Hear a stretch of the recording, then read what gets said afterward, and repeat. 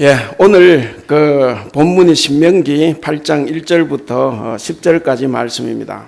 그 신명기 말씀은 이게 신자가 신명기 신자가 아니고 귀신 신자가 아니고 거듭나다 할 때 그 거듭 신입니다. 그러니까 이게 거듭 말할 때 신신당부한다 그러지 않습니까? 그래서 이게 이제 두 번째 말씀이라는 거예요. 그래서 이건 이제 그 모세가 이스라엘 가나안 땅을 들어가기 직전에 이제 40년 광야 생활 다 마치고 가나안 정복하기 위해서 들어가기 직전 40일 동안에 행한 그동안 있었던 율법들을 다시 한번 이스라엘 백성들에게 설교하는 거예요. 그래서 두 번째 법이다 하는 것을 이야기를 합니다.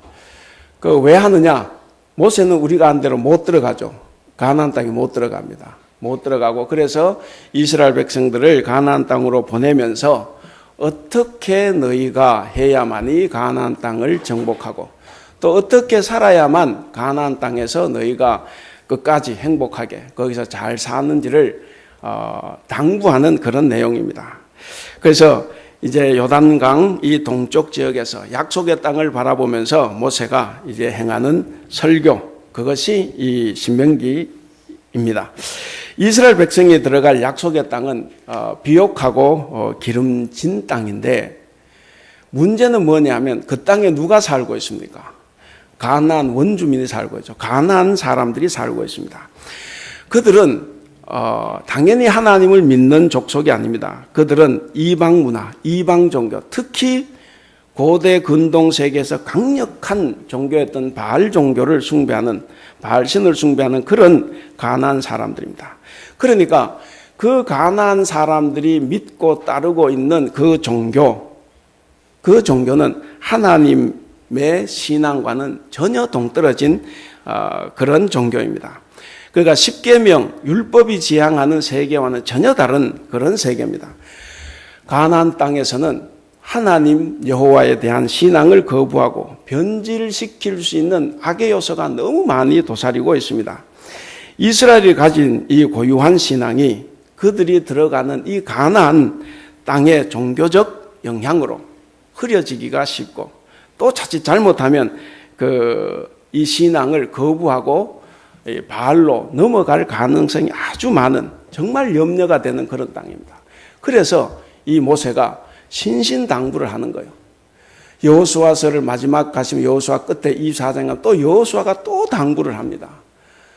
여기서 잘 살려면, 벌받지 않고 잘 살려면 어떻게 살아야 되느냐?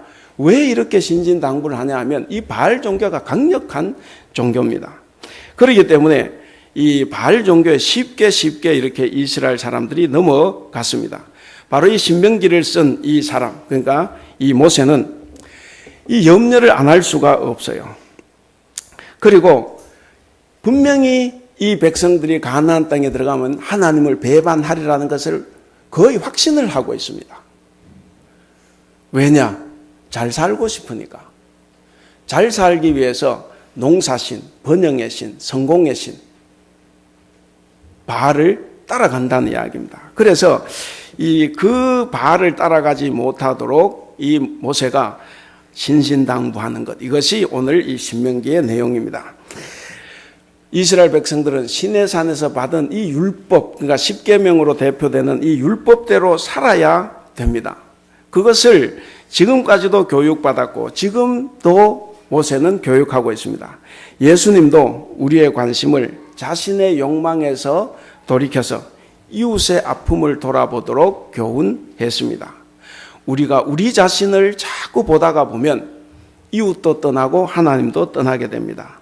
송구영신, 바로 지나간 해와 오는 해, 이 경계선에서 우리가 지난 날을 돌아보고 또 회개하고 그리고 새로운 날을 준비하는 이 지점이 송구영신입니다.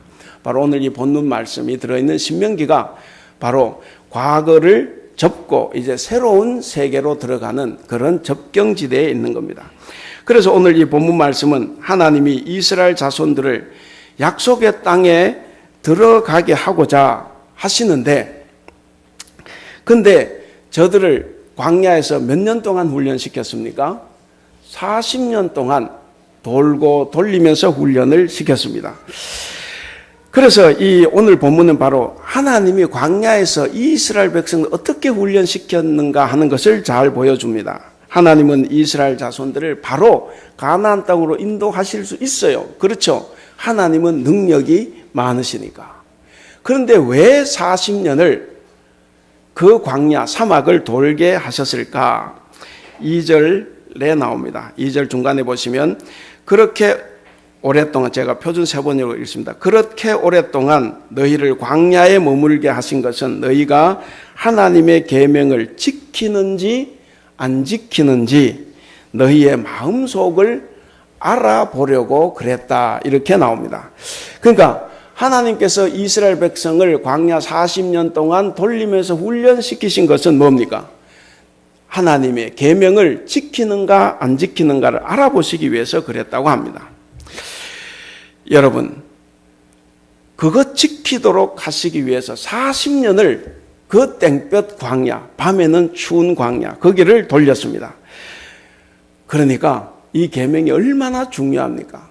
이 하나님의 말씀이 얼마나 중요합니까? 바로 하나님의 계명을 지키는 것이 최고의 가치임을 깨닫게 하시려고 우리 하나님은 이스라엘 백성을 40년 동안 광야를 돌리시면서 교육을 시켰습니다. 하나님이 이스라엘 자손에게 주시려는 땅은 젖과 꿀이 흐르는 땅입니다. 여러분, 이건 영적인 의미예요. 정말 그 땅에 젖과 꿀이 흐르는 땅은 아닙니다. 그들이 차지한 땅은 다 광야예요. 풀 한 폭이 나지 않습니다. 물론 우기 때는 나지만 물도 없는 곳입니다. 비도 잘 내리지 않아요. 그런데 왜 젖과 꿀이 흐르는 땅입니까? 왜 그 땅을 좋고 아름다운 땅이라고 그럽니까? 그것은 그들이 자유를 얻는 땅입니다. 그동안 430년 동안 살았던 땅은 어떤 땅입니까? 자기 땅이 아니에요. 남의 땅에서 종살이했죠. 그러나 척박한 땅이라도 내 땅이면 어떻습니까? 다르죠. 여러분, 100평 집에 살아도 전세 살고 언제 주인이 나가라고 할지 모르면 100평이 100평이 아니에요. 차라리 10평, 20평이어도 그게 내 집이면 내가 꾸미기도 하고 뭐 할 것 아닙니까? 바로 이스라엘이 들어가는 이 가나안 땅이 젖과 꿀이 흐른다고 하는 것은 바로 그런 의미입니다. 그런 의미에서 그 땅은 젖과 꿀이 흐르는 좋은 땅입니다. 제가 간혹 이제 60년이 되면서 제가 우리 교회를 이렇게 생각해 봅니다. 이 교회당 이 2층, 이것 20년 훨씬 전이죠. 이거 그때 사놓지 않았으면 우리는 어떻게 됐을까? 어떻게 됐을 것 같습니까? 지금 이거 살 수 없어요. 전에 저 위에 5층인가 3층에 35평인가 나와서 물어보니까 그걸 사려고 하면 우리 돈으로 거의 9억입니다. 9억. 그럼 지금 이 건물을 사려고 하면 2층 전체가 얼마가 되겠습니까? 이게 뭐 상상을 할 수가 없어요. 그래서 돌아보면 그때 우리 원로 목사님이나 우리 원로 장로님 그리고 은퇴하신 장로님, 권사님 다 고생하신 거예요. 이것 사놓지 않았으면 우리는 계속 전세, 언제 떠나야 될지 모르는 그런 데서 사는 거예요. 그래서 지금 우리 이 예배당이 좀 좁죠. 좁지만 뭡니까? 우리 거라는 거죠. 그래서 마음이 편안하다. 그래서 과거에 이 교회당 이것을 만들고 세우기 위한 분들의 그 노고를 다시 한번 생각하게 됩니다. 꿈에도 그리던 땅, 낙원, 새로운 삶의 터전이 바로 그 이스라엘 사람들이 가고자 했던 가나안 땅입니다. 중요한 것은 바로 하나님의 말씀 계명을 마음껏 지킬 수 있는 땅이기 때문에. 왜? 자기 땅이니까. 그것이 중요한 의미입니다. 우리가 비록 이 교회당이 협소하다고 해도 우리가 마음껏 사용할 수 있다는 거예요. 그런 의미에서 이 교회당은 좋고 아름다운 교회다, 그렇게 볼 수가 있습니다. 우리가 먼저 여기서 생각해 볼 수 있는 것은 이스라엘 백성은 이집트에서 400년 동안 종살이 했습니다. 그러다가 탈출을 했습니다. 그럼 이집트 문화는 어떤 문화입니까? 이집트가 이룩한 문명, 바로 나일강을 중심으로 해서 거대하고 웅장한 피라미드를 세운 거죠. 이 피라미드의 신비함, 그 구조의 신비로움은 오늘날도 잘 풀지 못하는 그 불가사의한 것으로 우리가 이야기를 합니다. 이렇게 웅장하고 불가사의한 문화가 꼽힌 이 이집트 땅에서 왜 하나님은 그들을 탈출시켰을까? 차라리 거기서 살게 하시지. 왜 그렇습니까? 이집트 문화는 하나님의 문화와는 정반대가 됩니다. 다시 말씀드려서 하나님을 배제한 문화라 하는 것입니다. 거대하고 웅장한 많은 건축물과 화려한 그 문명들이 만들어졌지만 그러나 그것은 사람을 억압하는 겁니다. 고대의 그 엄청난 구조물들은 다 사람들의 희생을 바탕으로 했습니다. 수도 없이 많은 사람들이 죽어갔어요. 그래서 우리 하나님은 절대로 내 형상도 만들지 말라는 거예요. 만약에 여러분 이 유대 백성들에게 하나님 형상을 만들도록 했으면 어떨 것 같습니까?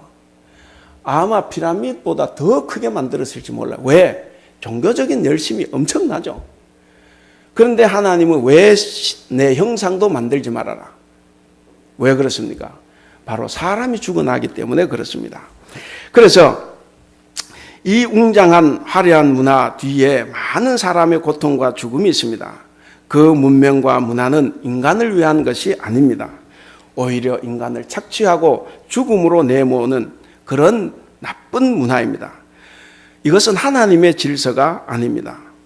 이런 모든 거대한 인간의 문화 유산들은 다 많은 사람들의 피와 고통을 업고 일어난 것입니다. 하나님은 그렇기 때문에 이러한 거대한 인간의 문명을 기뻐하지 않습니다. 그래서 결국 그 거대한 문명들은 다 몰락하고 말았습니다. 예수님께서 말씀하실 때 들의 백합화가 솔로몬이 입은 그 영화로운 옷보다 더 곱다 이렇게 말씀하셨지 않습니까? 여러분 이 말씀에 속뜻이 또 다른 게 있습니다. 뭐냐면 솔로몬이 많은 건축을 했죠. 솔로몬이 건축했던 수많은 구조물들이 있습니다. 그런 문화에 대한 비판입니다. 하나님은 자연 그대로 있는 것을 좋아하십니다. 눈에 보이는 거대함과 화려한 문물은 인간의 감탄을 자아내기는 하지만 그러나 하나님의 눈에는 보잘것없는 겁니다. 하나님의 눈에는 차지 않는 것들입니다. 하나님의 창조 세계와는 정반대가 되는 그런 것입니다. 중세 기독교를 우리는 잘 압니다. 이 중세 기독교가 이런 하나님의 뜻을 잘 알지 못했습니다. 그래서 큰 성당들, 100년, 500년을 지어서 만든 성당들도 있어요. 그러나 지금 어떻게 됐습니까? 관광객들만 끊이지 않습니다. 하나님이 이스라엘 화려한 문화가 꼽힌 이 이집트에서 탈출시킨 것은 바로 인간의 거대함을 내세우면서 하나님을 거부하는 그런 문화가 잘못되었다는 것을 지적해 주는 것이고 또 이스라엘 백성들에게 그것을 알려주시는 것입니다. 이런 인간의 거대한 문화는 결국 바벨탑 문화라고 이야기합니다. 여러분, 하나님은 이 바벨탑 문화를 허락하지 않으십니다. 그래서 성경에 보면 모두를 다 언어를 분산시키고 다 흩어버리셨습니다. 오늘날 우리는 이 말씀을 깊이 깨달아야 합니다.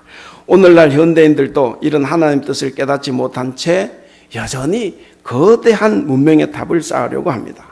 뭔가 사람은 자기 이름을 남기려고 합니다. 자기 대에 뭔가 큰 구조물을 만들고 싶어 합니다. 이러한 행위가 결국 화가 된다는 거예요. 우리나라도 4대강도 한번 파보고 많이 했어요. 그러나 모든 것이 결국에는 우리의 화로 돌아오는 경우가 많이 있습니다. 우리가 화려하고 찬란한 현대 문명은 언젠가는 다 망하게 되어 있습니다. 왜? 하나님의 뜻이 아니니까. 그러므로 우리는 여기에 현혹되어서는 안 됩니다. 우리 눈에 좋다고 해서 그것에 현혹되고 거기에 쫓아가다 보면 우리도 멸망의 길로 달려가기 십상입니다. 눈에 보이는 화려한 인간의 문화를 거부하는 것, 이것부터 우리가 한 걸음 한 걸음 내딛는 것, 이것이 기독교 문화를 이루어가는 것입니다.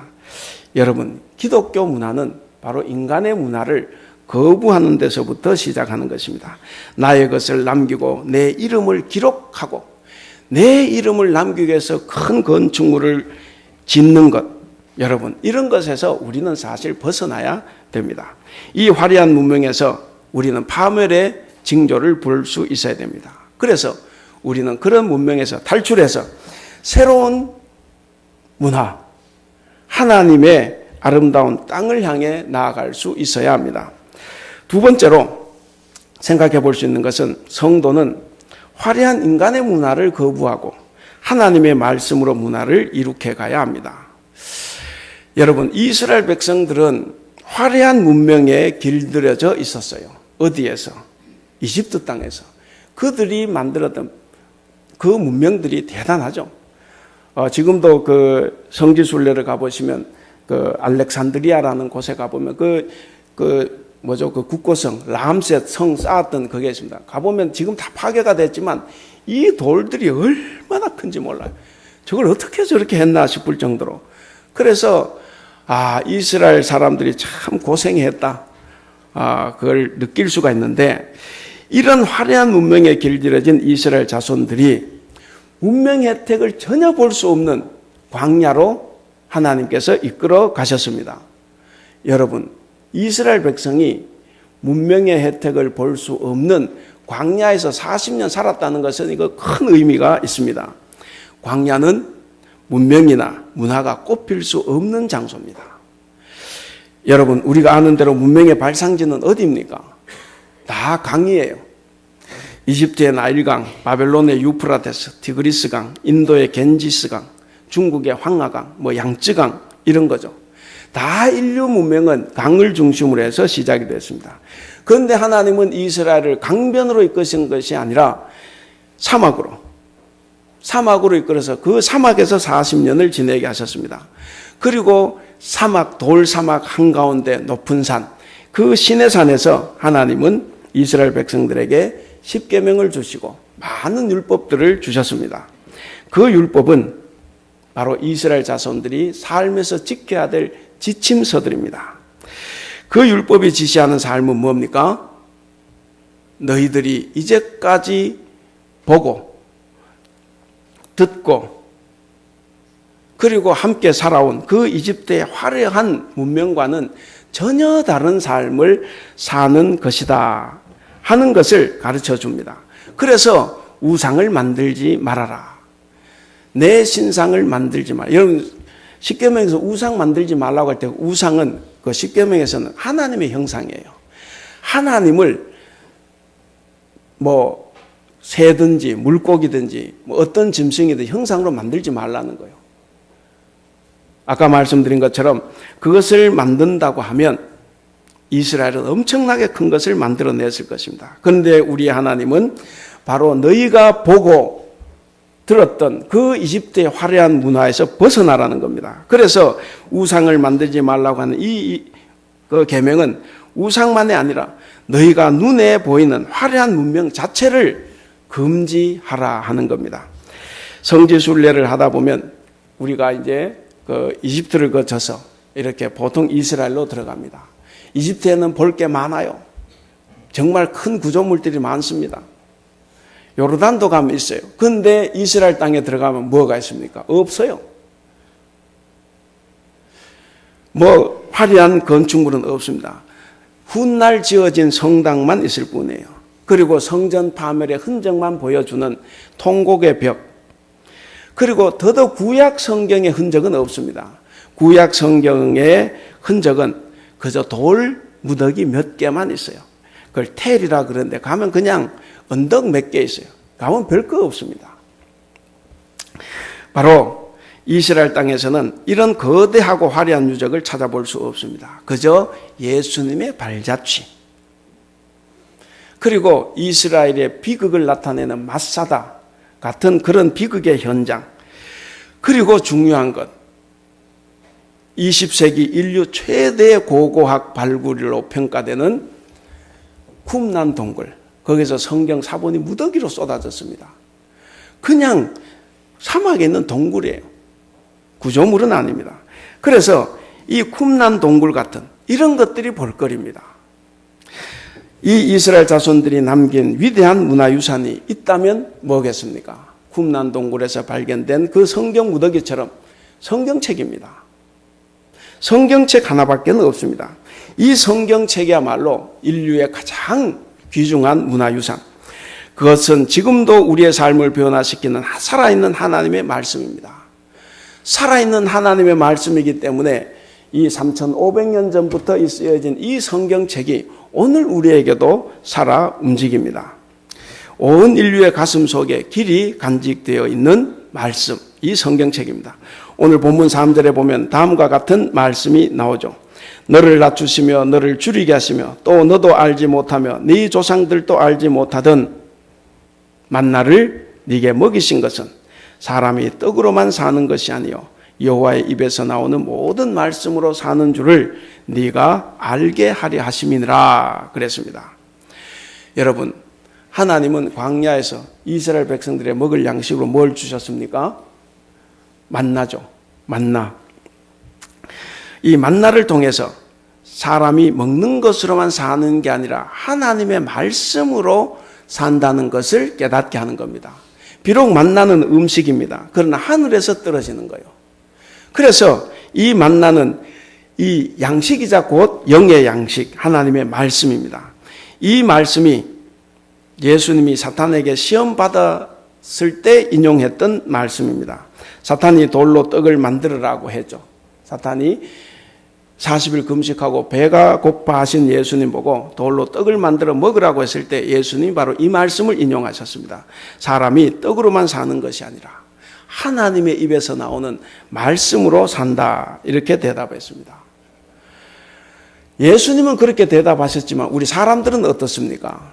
대부분의 사람은 돌로 떡을 만들어 먹는 일에 모든 생애를 다 바칩니다.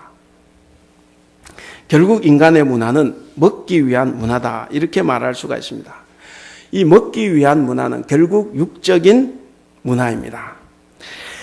사람들은 오직 이 육적인 삶, 그러니까 하나님과 단절된 삶만을 우리 삶의 전체로 생각하고 있기도 합니다.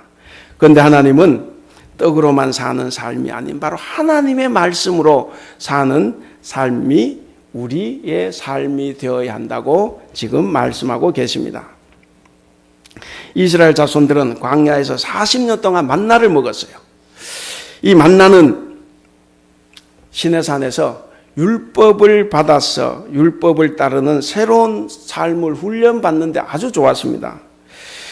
이스라엘 자손들이 광야에서 한 일이 뭡니까? 오직 하나님의 말씀을 듣고 배우고 그것을 앞으로 지키기 위한 훈련을 하는 거예요. 오직 훈련입니다. 왜? 하나님이 만나를 주셔. 농사 지을 필요가 없어요.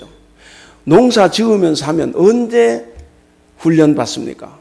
그래서 우리 여전도회에서 중고등부 수련회 가면 훈련 잘 받으라고 이렇게 밥 해주지 않습니까? 학생들이 밥에 먹기 시작하면 밥에 먹다가 설거지하다 시간 다 가요. 그래서 가서 해주는 거예요. 가서 열심히 공부하고 훈련하라고. 여기도 마찬가지입니다. 하나님이 주시는 만나를 먹기 때문에 그들은 농사 지을 필요가 없습니다. 그래서 그들은 광야에서 오직 하나님의 말씀을 배우고 그 말씀을 삶에서 실천하기 위한 훈련하는 일에만 몰두할 수 있었습니다. 또한 광야는 정착할 땅이 아닙니다.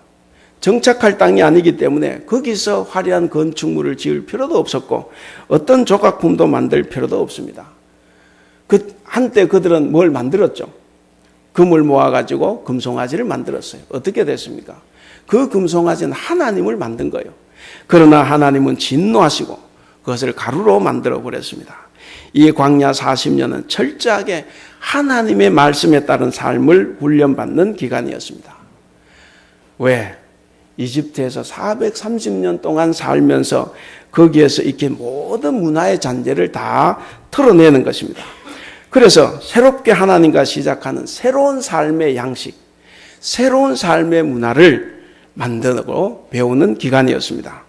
따라서 하나님의 말씀을 따르는 문화, 이것은 눈에 보이는 육의 문화가 아닙니다. 바로 눈에 보이지 않는 영적인 문화, 정신적인 문화, 혹은 신앙적인 문화라고 할 수가 있습니다. 그래서 이스라엘이 남긴 문화유산은 없어요. 성경책입니다.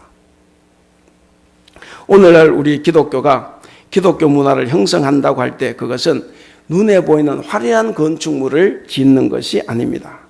그리고 화려한 이 성구들을 만드는 것도 아닙니다. 그리고 내 이름으로 뭔가를 남기고 알리려고 하는 것도 아닙니다. 우리가 이룩할 기독교 문화는 바로 영적이고 정신적이고 신앙적인 것입니다. 인간의 재주나 위대함을 자랑하는 노래나 그 어떤 그림, 그 어떤 상징물도 안 됩니다. 그것은 다 육적인 문화의 산물일 뿐입니다. 우리는 하나님을 찬양합니다. 이 우주 만물을 창조하신 하나님을 찬양하고 그의 위대하심을 나타내는 것, 그리고 그분의 오묘하신 역사의 섭리를 깨달아서 그 원리를 우리의 삶 속에 실천하는 일, 그것이 기독교 문화입니다.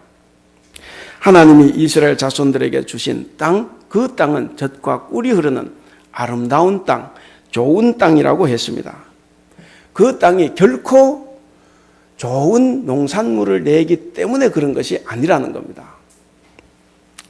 육적인 삶을 만족시킨다는 뜻에서 좋은 땅이 아닙니다. 하나님의 뜻을 따를 수 있다는 그 의미에서 그 땅은 좋은 땅입니다. 하나님과 함께 살려면 하나님께서 이스라엘 자손, 자기들에게 주신 그 율법을 잘 지키고 살아가는 것입니다. 그러면 거기에서 영원히 거할 것입니다. 그러면 그 광야에서도 하나님은 샘 솟게 하겠다는 겁니다. 샘물이 솟게 하시겠다는 거예요.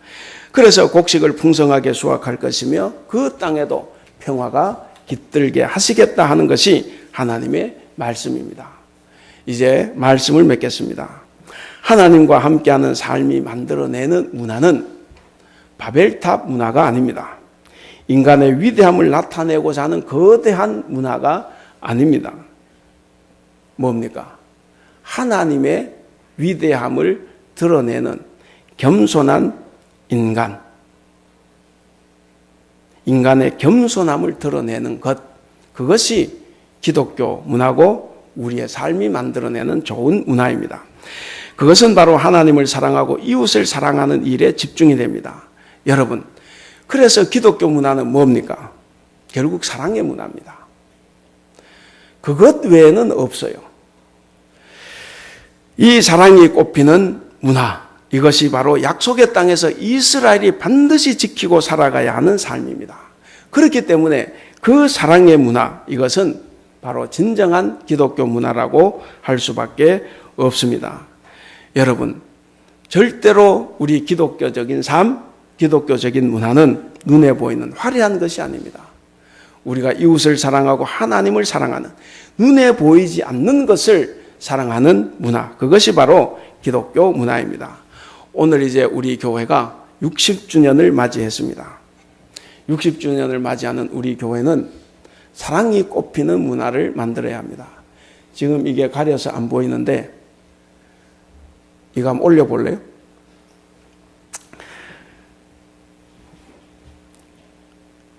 우리 60주년을 맞은 우리 교회가 뭘 드러낼 수 있을까 하는 겁니다.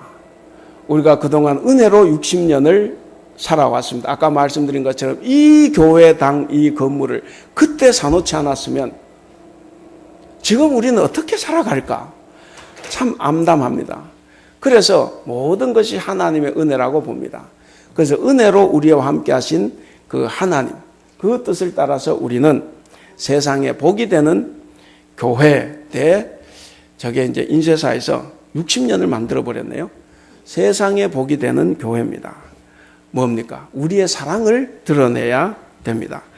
우리 60주년을 맞은 우리 교회가 사랑이 꼽히는 문화를 만들어야 합니다. 이 사랑의 문화 속에 살아가는 성도들이라고 하면 여러분, 우리는 반드시 하나님의 오묘하신 뜻을 우리는 깨달을 수가 있습니다. 우리 인생은 처음부터 끝까지 다 하나님의 계획 안에 있습니다. 그리고 그 계획 안에서 하나님은 우리를 평안하게 인도하십니다. 그러나 우리의 하나님은 우리를 평안하게만 인도하시지 않습니다. 우리를 때로는 고통과 환난의 길로도 인도하십니다. 시련의 길로도 인도하십니다. 우리의 마음은 제발 하나님 우리를 평안하게 인도하기를 바라지만, 그러나 우리 하나님은 우리의 생각과는 다릅니다. 평안하기만을 바라는 우리에게는 우리에게 주시는 그 시련의 뜻을 잘 알지 못합니다. 그러나 분명한 것은 있어요. 뭡니까?